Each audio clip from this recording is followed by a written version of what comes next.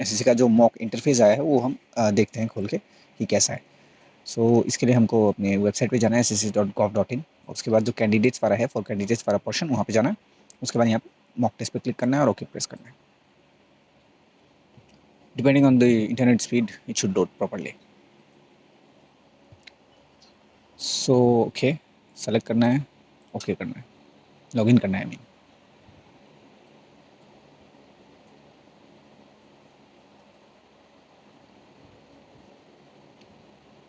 ये थोड़ा लैगी है, मैंने पहले भी ट्राई किया था। ओके सो सिस्टम नंबर यहाँ लिखा आएगा। उसके बाद रजिस्ट्रेशन नंबर लेफ्ट साइड में, रोल नंबर भी है यहाँ पे, नेम आएगा अपना हमारा, पोस्ट जो भी मतलब एग्ज़ाम होगा वो यहाँ पे लिखाएगा। और यहाँ पे राइट हैंड साइड पे हमारा पिक्चर होगा, रजिस्ट्रेशन फ़ोटो और कैप्चर्ड फ़ोटो। चलो कैप्चर्ड फ़ोटो इज़ जो हमने लाइव खींचा था फॉर्म फिलअप करते समय आई थिंक।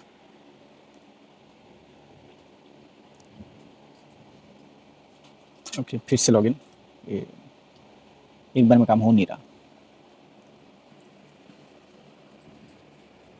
तो लॉगिन में ही इतना समय ले रहा है। Okay the service is unavailable, refresh करते हैं।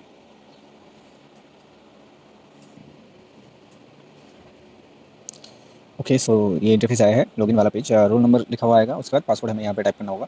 तो जनरली तो पासवर्ड हमारे एडमिट कार्ड पे लिखा ही होता है, जो कि हमारा डेट ऑफ बर्थ होता है, लेकिन इस केस में यहाँ पे दिया हुआ गया है। सो ये हम टाइप करते हैं।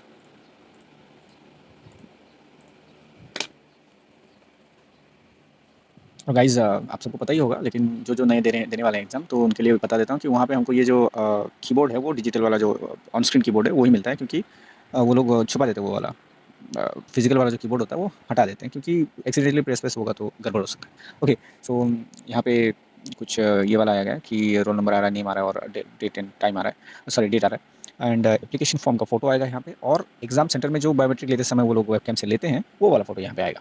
सो अगर कुछ गड़बड़ है तो आप एडमिनिस्ट्रेटिव उनको बताइए। सो उसके बाद कंटिन्यू करते हैं। ओके सो ये आ गया है अपना स्टेटमेंट। जो स्टेटमेंट ये वो स्टेटमेंट है, मतलब एग्जैक्टली ये तो नहीं होगा लेकिन ऐसा आएगा। सो ये स्टेटमेंट आ जाएगा जहाँ जो हमको टाइप करना पड़ता है, लिखना पड़ता है अपने एडमिट कार्ड पे, है ना।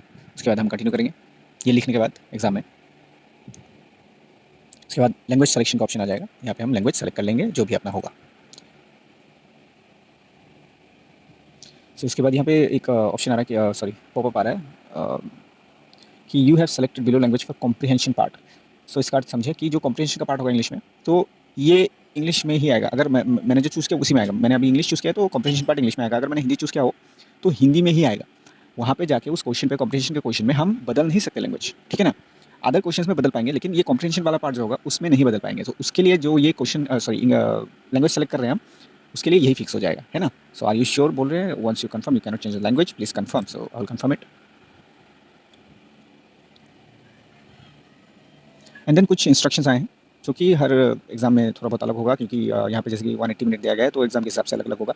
यहाँ पे इस कॉलम पे सब्जेक्ट आएंगे, नंबर ऑफ क्वेश्चंस आएंगे, मैक्सिमम मार्क्स आएंगे। ये एक्जैक्टली मत पकड़ लीजिएगा कि ये एग्जाम है। सो ओके सो यहाँ पे कुछ इंस्ट्रक्शंस हैं कि timing and submission the timers self control sorry server control and remaining time appears. अरे यार कहाँ से remaining time appears top right, है ना। यहाँ मैं देखेंगे, हम देखेंगे इस तरफ होगा remaining time. So only one comprehension section, that is Hindi or English, appears as per your initial choice. This cannot be changed during the exam। जैसे कि मैंने अभी पहले बताया था कि लैंग्वेज जो चूज़ किया उसी में comprehension पार्ट आएगा, है ना। वो बदल नहीं पाएंगे। और दूसरे क्वेश्चन में जैसे कि अदर एमसीक्यू क्वेश्चंस में भी डिस्प्लेड इन इंग्लिश हिंदी और both based on the language selection, based on your language selection. So अलग अदर क्वेश्चंस में हम बदल पाएंगे। ओके सो ये सब आप पढ़ लीजिएगा। कुछ बेसिक हैं इंस्ट्रक्शंस, ये पढ़ना ज़रूरी है। हालांकि यहाँ पे देखिए बाथरूम ब्रेक्स अलाउड नहीं है कहा गया है, तो पहले आप जो भी नीड्स होंगे वो कर लीजिएगा एग्जाम शुरू होने से पहले। सो उसके बाद देखिए यहाँ पे कुछ सिंबल्स के बारे में बताया गया है। जैसे कि ब्लू, अगर ब्लू है सो इसका मतलब है कि आपने आंसर सेलेक्ट कर दिया है ना। आंसर सेलेक्ट कर दिया है, सेलेक्ट करने से ब्लू हो जाएगा। अगर सेलेक्ट नहीं करेंगे तो ये ट्रांसपेरेंट रहेगा, आई मीन वाइट रहेगा, ठीक है ना। सो फिर से अगर डीसेलेक्ट करना चाहते हैं तो इसको प्रेस करेंगे तो डीसेलेक्ट हो जाएगा, ठीक है ना।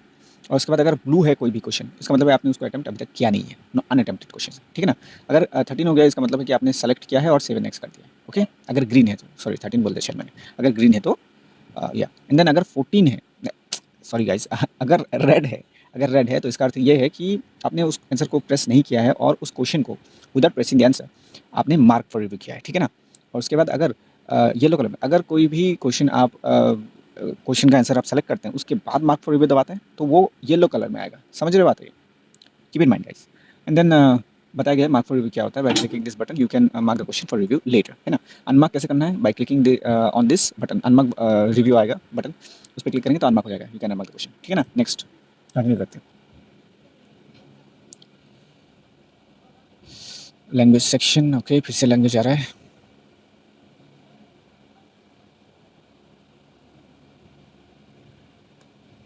ओके सो ऐसा कुछ आएगा, उसके बाद देख के हमको स्टार्ट कर देना है।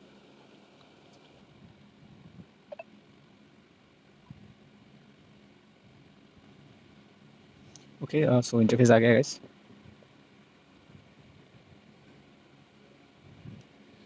सो कुछ इस प्रकार का होगा इंटरफेस हमारा। लेफ्ट हैंड साइड पे जो क्वेश्चंस वाला पैनल होगा ये आ जाएगा, पहले राइट हैंड साइड पे आता था, ठीक है ना। उसके बाद जैसे कि अब आप देख रहे हैं कि सारे क्वेश्चंस ब्लू में है, इसका मतलब है कोई भी हमने अटेम्प्ट अब तक किया नहीं है। तो नंबर 1 क्वेश्चन अब तक लोड नहीं हो रहा है।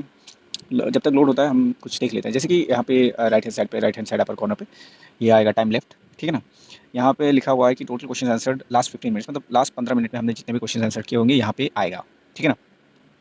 उसके बाद नीचे वाले कॉर्नर पे लेफ्ट हैंड साइड पे पार्ट ए एनालिसिस। अच्छा, पार्ट्स के एनालिसिस, जो भी पार्ट पे हम हैं उसके एनालिसिस आएंगे, मतलब कि आंसर कितना किया गया है, नॉट आंसर कितना है ना।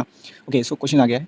तो सपोज कुछ भी हमने जैसे कि कुछ भी हमने इसको अगर मार्क फॉर रिव्यू करें, नंबर 1 क्वेश्चन है तो मार्क फॉर रिव्यू अगर करें, कर तो दिया था मैंने, विदाउट प्रेसिंग द आंसर, तो क्या होगा, किस कलर में आएगा। जैसे कि हमको पता है कि लाल होना चाहिए, लेकिन ये हो ही नहीं रहा।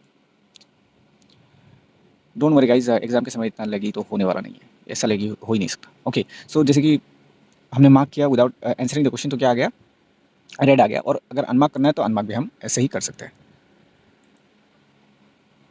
थोड़ा सा लगी है गाइज, तुरंत नहीं हो रहा जैसे कि एग्जाम में होता है या फिर मॉक्स में होता है। सो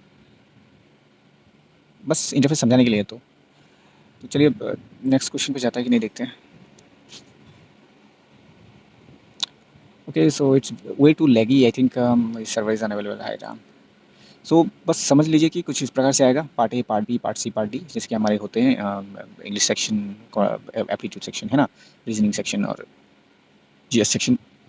तो ये चारों section part A, part B ऐसे डिवाइडेड होंगे। एंड देन आप चेंज कर पाएंगे जैसे कि पहले भी कर सकते थे।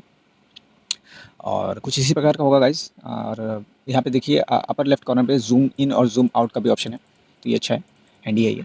सो आप खुद को फेमिलियराइज कर लीजिएगा गाइज, एग्ज़ाम से पहले ये कुछ बार 2-3 बार आप दे दीजिएगा, क्योंकि अगर ये मॉक्स शायद ही अवेलेबल हों, ऐसे ऐसे इंटरफेस वाले मॉक्स शायद ही अवेलेबल हो किसी भी वेबसाइट पे। तो अगर हो जाए तो अच्छी बात है, लेकिन अगर नहीं हो तो क्या करें हम, कम से कम ऐसे जो है ये जो मॉक है एसएससी वाला, ये कम से कम 2-3 बार आप दे के जाएँ, ताकि आप फ़ैमिलियराइज़ हो जाएँ, है ना? अच्छा होगा उसके बाद। अच्छा चलिए, तो क्वेश्चंस तो आया है तो हम देखते हैं कि जैसे कि वो सिटी, अच्छा चलो, तो इसका आंसर वैसे तो बेंगलुरु है, लेकिन अच्छा अगर हमने आंसर सेलेक्ट कर दिया और 7 नेक्स्ट किया तो क्या आना चाहिए, ग्रीन आना चाहिए, है ना? तो देखते हैं। Okay so it's way too laggy guys. तो आई थिंक आप समझ तो गए होंगे। सो ये लैगी है तो इसको हम अटेम्प्ट करके कुछ फ़ायदा तो है नहीं। तो आप समझ गए होंगे। सो रोल नंबर आप हमारा ऊपर की तरफ आ जाएगा, नेम यहाँ पे आ जाएगा, है ना, और हमारे फ़ोटोज़ यहाँ पे रहेंगे। अभी वाला मतलब जो भी एग्ज़ाम सेंटर वाला होगा और एग्ज़ामिनेशन फॉर्म वाला, है ना। So thank you guys. मैं इस वीडियो के जो डिस्क्रिप्शन है उसमें लिंक भी दे दूँगा, सो आप डायरेक्टली वहाँ से जा सकते हैं। So thank you and keep studying. पहले से